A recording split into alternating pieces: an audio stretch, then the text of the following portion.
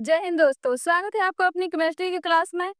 आज हम पढ़ेंगे मॉडर्न पीरियोडिक टेबल, जिसे हम आधुनिक आवर्त सारणी के बारे में जानते हैं। ये एग्जाम के लिए आपके बहुत जरूरी है, तो इसको चलिए हम शुरू करते हैं। कह रहे हैं मोसले के एक्स किरणों का अध्ययन। उन्होंने अपना एक्स किरण पर एक्सपेरिमेंट किया था। कब? 1913 ईस्वी में। कह रहा है कि मोसले ने विभिन्न तत्वों पर कैथोड किरणों का प्रहार किया। देखिए, कैथोड किरण जो है ना, मतलब कि ये एक तरह से इलेक्ट्रॉन है। जो आप देखिए यहाँ पर ही जो धातुएं लगी है, जो यहाँ धातुएं आपको एक्सपेरिमेंट में दिखाया गया है, इधर से देखिए एक्स किरणों को क्या कर रहा है, इस नली से यहाँ धातु पर प्रहार किया जा रहा है। मतलब कि इलेक्ट्रॉन को इस नली के द्वारा गुजारा जा रहा है और यहाँ पर किसी भी तत्व को रख दिया गया है, प्रहार किया जाता है, तो कह रहे एक्स किरणें उत्पन्न होती है। जैसे ही आप इलेक्ट्रॉन को इस पे प्रहार करेंगे किसी भी तत्व पर, तो यहाँ से उनको दिखाई दिया कि जो किरणें उत्पन्न हुई वो एक्स किरणें उत्पन्न हुई, जो आपको दिखाई दे रही होगी। ये एक्स किरणें आपको यहाँ से उत्पन्न हुई। एक्स किरणें आपने जाना होगा कि जो हम हड्डियों को टूटने फूटने पर हम इलाज करवाते हैं, तो जिससे हमारा पता चलता है कि हड्डियां टूटी है कि नहीं, वही एक्स किरण है। ये कह रहे हैं उन्होंने पाया कि प्रत्येक तत्व से अलग अलग एक्स किरणें प्राप्त होती है। मतलब कि यहाँ से जब हम इलेक्ट्रॉन को गुजार रहे हैं, मतलब कि कैथोड किरण को, तो यहाँ बदल बदल करके हम अगर यहाँ तत्व को रखें, तो सभी तत्व से अलग अलग तरह की एक्स किरणें उत्पन्न हो रही है। मतलब कि एक तरह की एक्स किरणें उत्पन्न नहीं हो रही है, एक्स किरणें बदल रही है। एक्स किरणों की आवृत्ति का संबंध तत्व के परमाणु संख्या से होता है। मतलब कि ये एक्स किरणों में जो कंपन देखा गया, आवृत्ति मतलब कंपन, जो कंपन आपको एक्स किरणों में प्राप्त हुआ, इनको पता चला कि वो आवृत्ति जो है उनका संबंध तत्व के परमाणु संख्या से है, ना कि परमाणु द्रव्यमान से प्राप्त हुआ है। तो ये था इनका एक्स किरण पर एक्सपेरिमेंट। इन्होंने बताया कि जब कैथोड किरण को किसी भी अगर तत्व से आप गुजार रहे हैं, तो उससे एक्स किरण उत्पन्न होगा और अलग अलग तरह की एक्स किरणें उत्पन्न होगा। और सभी एक्स किरणों का जो होगा आवृत्ति ना, वो एक्स किरण का आवृत्ति परमाणु संख्या पर डिपेंड कर रहा है तत्व का, ना कि परमाणु द्रव्यमान पर। देखिए, इन्होंने निष्कर्ष निकाला कि क्या इनका निष्कर्ष आया जब इन्होंने एक्सपेरिमेंट किया। तो एक्स किरणों की आवृत्ति का संबंध तत्व की परमाणु संख्या से पाया गया।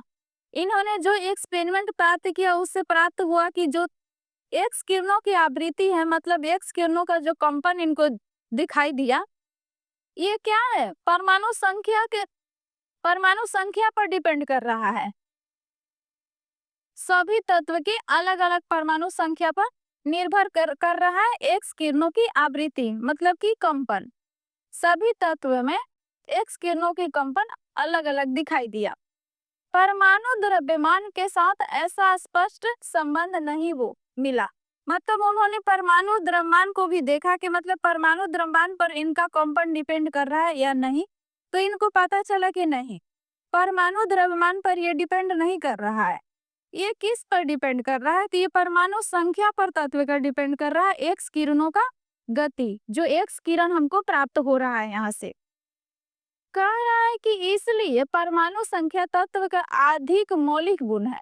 मतलब कि परमाणु संख्या जो हुआ ना, तत्व का अधिक ये मौलिक गुण यही हुए। निष्कर्ष आपका आया कि परमाणु द्रव्यमान नहीं, बल्कि परमाणु संख्या अधिक महत्वपूर्ण है।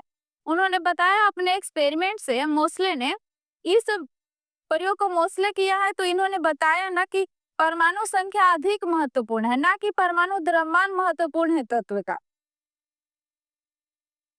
आधुनिक आवर्त सारणी के अब नियम देखिए आप।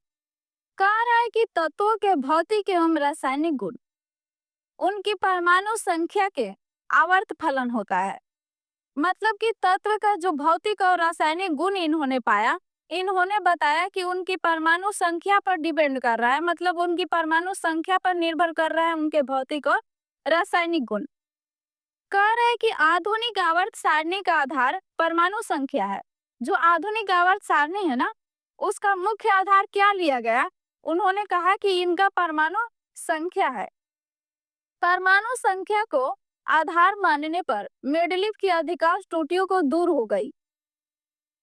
आपने भी देखा कि मेंडलीव जितना प्रयोग किया वो सब किस पे प्रयोग कर रहे थे? परमाणु द्रव्यमान पर प्रयोग कर रहे थे। लेकिन जैसे इन्होंने नियम दिया परमाणु संख्या पर, तो इनकी बहुत सारी त्रुटियां जो मेंडलीव की थी वो दूर हो गई।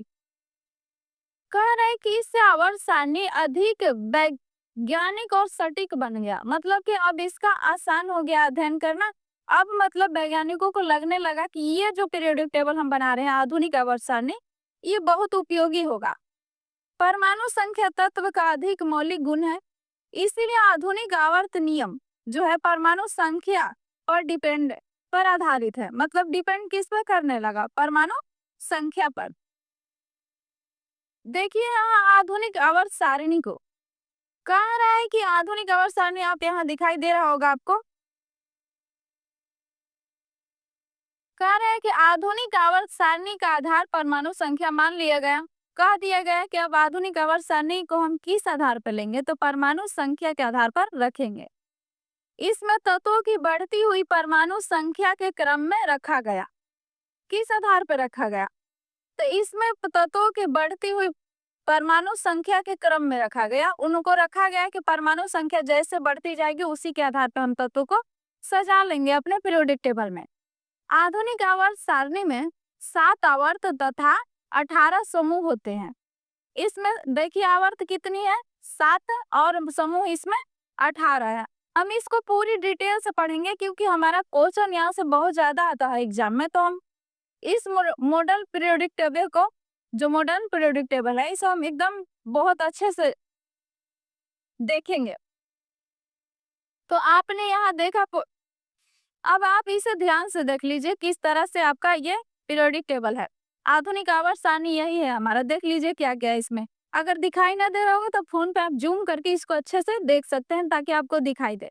देखिए इधर से आपका समूह जा रहा है, इधर आवर्त है आपका, इधर से अलग तत्व जो गुण इनका मैच नहीं कर रहा है, इधर लेटेराइड एक्टिनाइड में रखा गया है। ये आपका पीरियोडिक टेबल है मॉडर्न वाला। आप बुक में भी अपना देख सकते हैं इसको किस तरह से सजाया गया है। चलिए हम इनके एक एक चीजों को बारीकी से अध्ययन करते हैं कि क्या क्या हमारा है इसमें। अब देखिए आप आवर्त के बारे में पढ़िए। ये आपका आधुनिक आवर्त सारणी का पिक्चर है, आप इसे जूम करके देखिएगा। आवर्त सारणी में कह रहा है कि आवर्त सारणी में क्षैतिज पंक्ति को आवर्त कहते हैं। जो क्षैतिज पंक्ति आपको दिखाई दे रही है, देखिए हम इसको हेडलाइन हाईलाइट करते हैं। देखिए यहाँ जो क्षैतिज पंक्ति को बोल रहा है कि इसे आवर्त कहते हैं।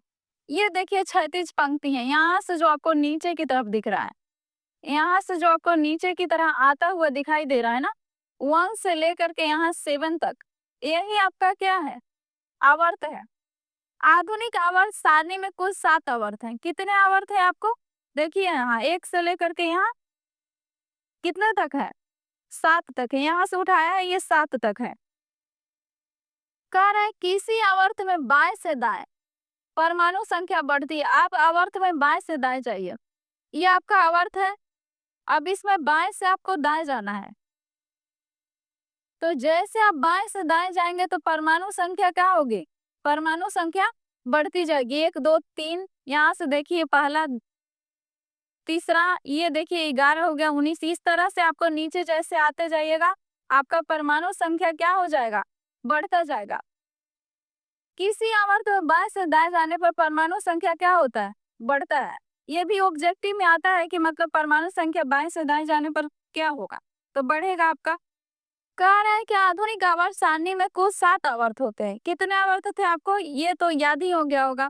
प्रत्येक आवर्त में बाएं से दाएं जाने पर परमाणु की संख्या क्या होती है? बढ़ती जाती है।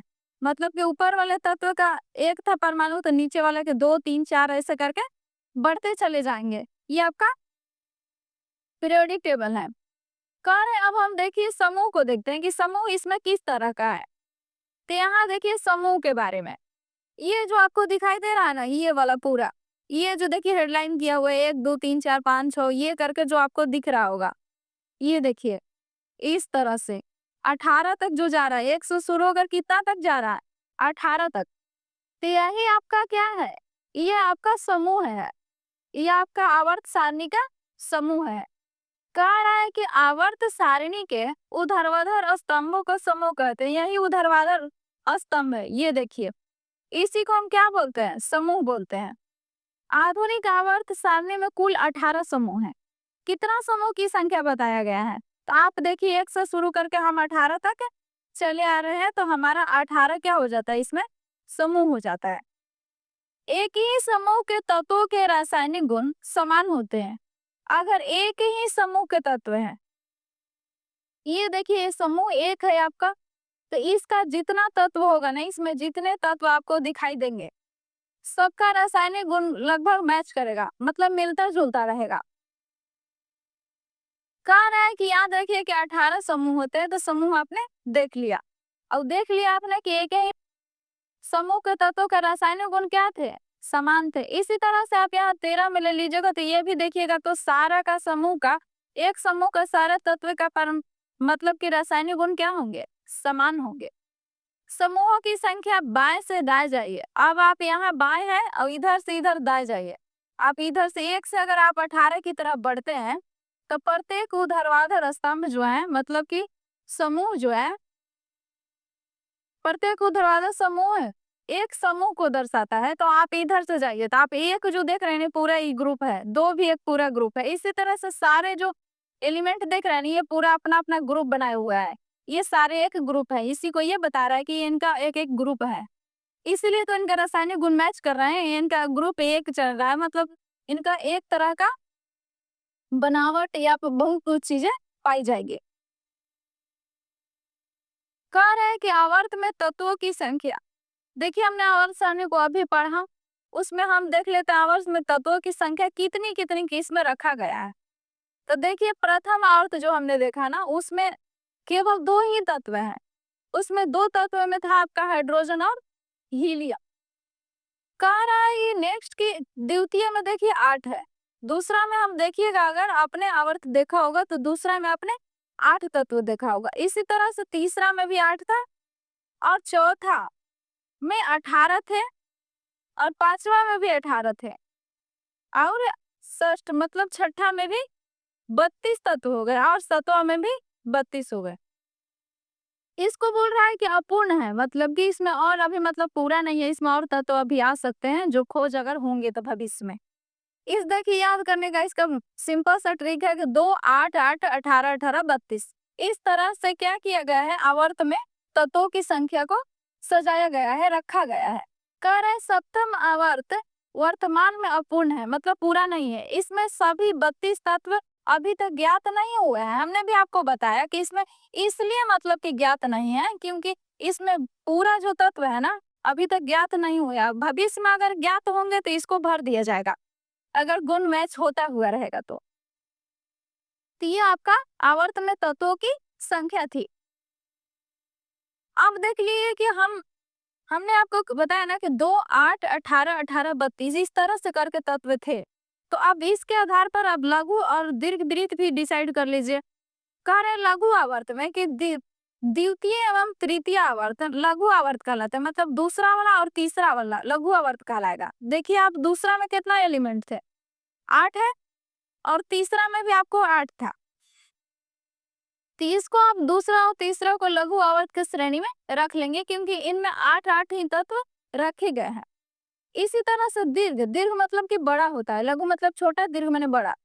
तो कह रहा है कि बड़ा आवर्त किसको बोलेंगे? तो चतुर्थ से सप्तम तक, जितना चतुर्थ आवर्त हो गया और सातवां आवर्त था हमारा, वहां लेके चौथा मतलब पांचवा छठा सातवां तक, इन्हें हम दीर्घ आवर्त कहते हैं। मतलब ये बड़ा होगा, इसमें मतलब बड़ा होगा, मतलब कि तत्व की इनमें जो संख्या होगी ज्यादा होगा।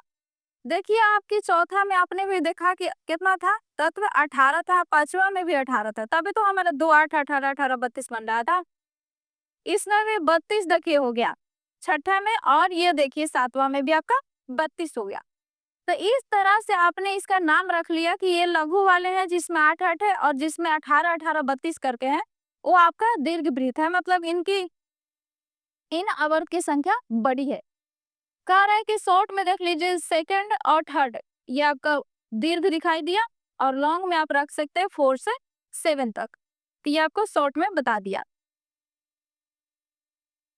कह रहा है आगे की समूह का वर्गीकरण। हमने समूह का भी वर्गीकरण किया है अपने पीरियोडिक टेबल में। यहाँ देखिए आप अच्छे से समूह में पीरियोडिक टेबल को, ये देखिए पूरा यहाँ कह रहा है कि क्षार धातु है। जो पहला समूह का होगा ना, ये हमारा पहला समूह, यहाँ देखिए ये ग्रीन वाला जो आपको दिखाई दे रहा है, ये जो समूह है ना, समूह है, उसको क्षार धातु हम बोलते हैं। पहला समूह वाले को क्षार धातु बोलेंगे। इसी तरह से हमारा जो दूसरा समूह है, ये देखिए जो आपको दूसरा समूह यहाँ हेडलाइन किया हुआ है, ये जो दूसरा समूह है आपका, कि ये आपका क्षारीय मृदा धातु है। देखिए हम अभी इसको सीक्वेंस लेके चल रहे हैं, लेकिन हम आगे इसको धातु का इस मतलब कि ग्रुप का ये नाम क्यों पड़ा, ये किस तरह के उपयोग होते हैं, कहाँ काम करते हैं, सबके बारे में हम डिटेल में एक सेपरेट वीडियो बना देंगे। लेकिन अभी के लिए इतना नाम इनका जान लीजिए, किसको क्या बोलते हैं, कौन से ग्रुप को। तो देखिए सेकंड वाले ग्रुप को हम क्षारीय मृदा धातु बोलते हैं। अगर हम 3 से लेके 12 तक को आप देखेंगे, देखिए यहाँ 3 से 12, यहाँ से लेके आप यहाँ तक जाइए, ये 12 तक, ये 13 14,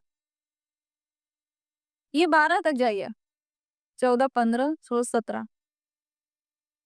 तो आप लेकर यहाँ पर अच्छा से देखिएगा, मतलब कि अगर 3 से 12 तक समूह में है तो आपका संक्रमण तत्व होंगे, इनका नाम संक्रमण तत्व रखा गया है। लेकिन आप 17 को देखिएगा, ये है आपका 17 गुलाबी वाला, गुलाबी वाला आपका 17 है।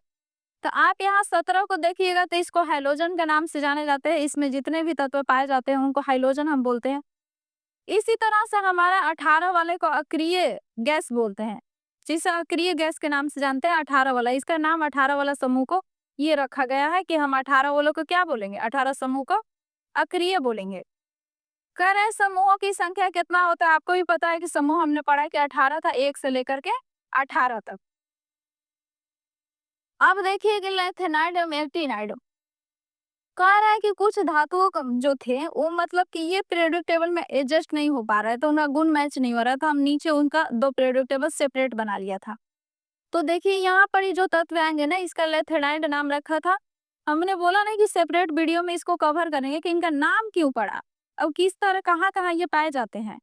तो अभी के लिए इसका लेथेनाइड नाम है। तो आप याद रखिएगा कि 57 से लेकर के 71 तक जितने तत्व पाए जाएंगे पीरियोडिक टेबल में, उनका नाम लेथेनाइड है। और 89 से लेके 103 तक जितने तत्व पाए जाएंगे उनको हम एक्टिनाइड के नाम से जानते हैं, जो कि आपको यहाँ दिख रहा होगा।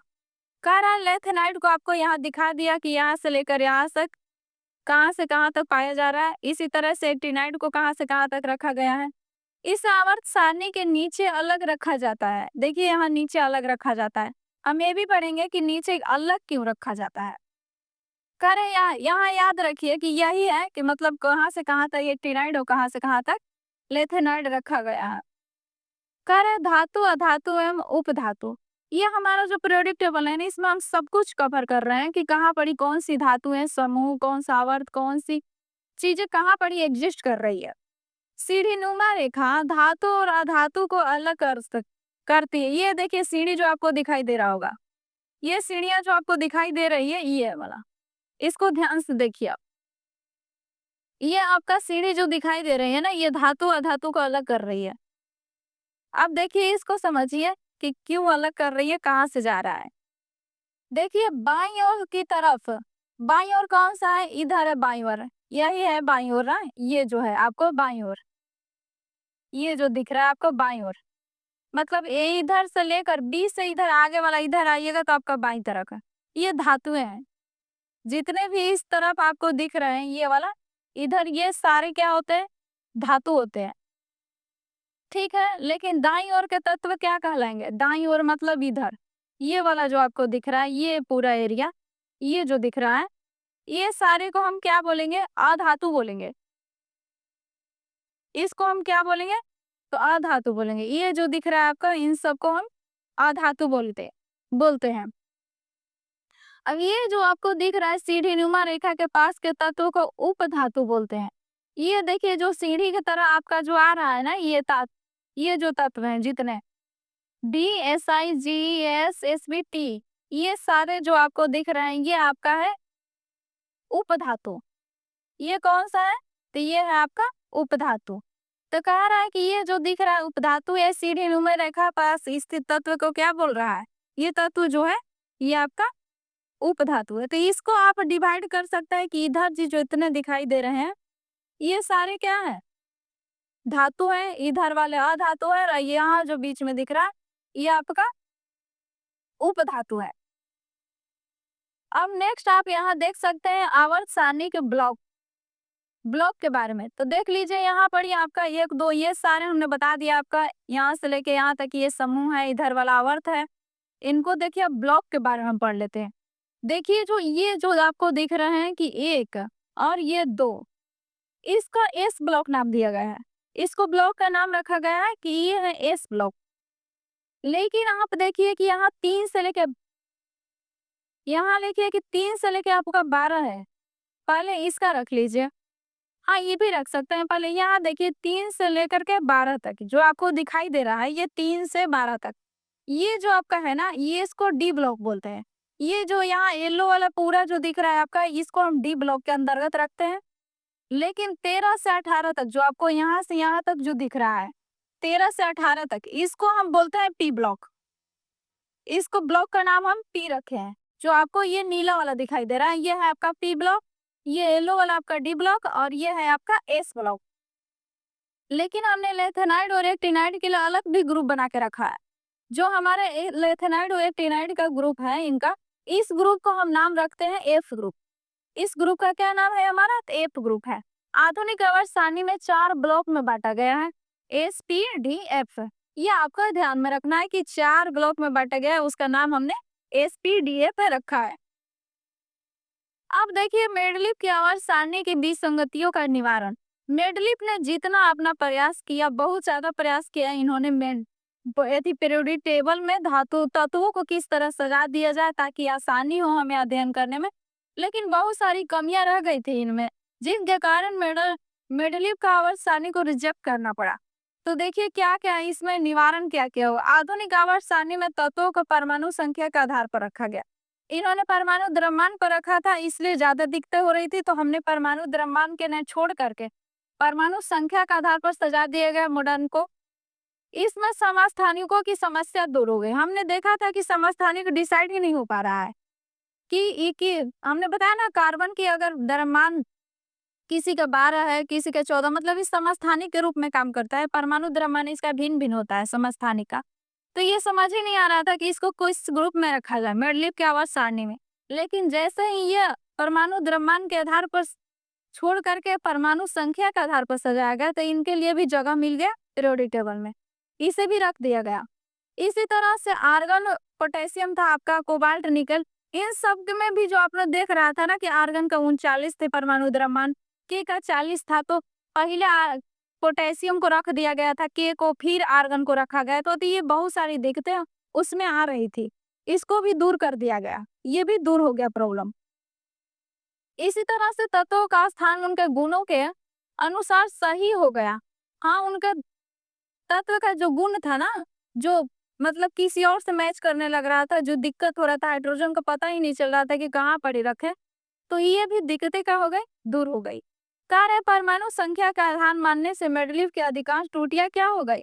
दूर हो गई, मतलब निवारण कर दिया गया। Thank you so much watching this video. I hope की वीडियो पसंद आया हो तो लाइक शेयर एंड चैनल को सब्सक्राइब करना ना भूलिएगा।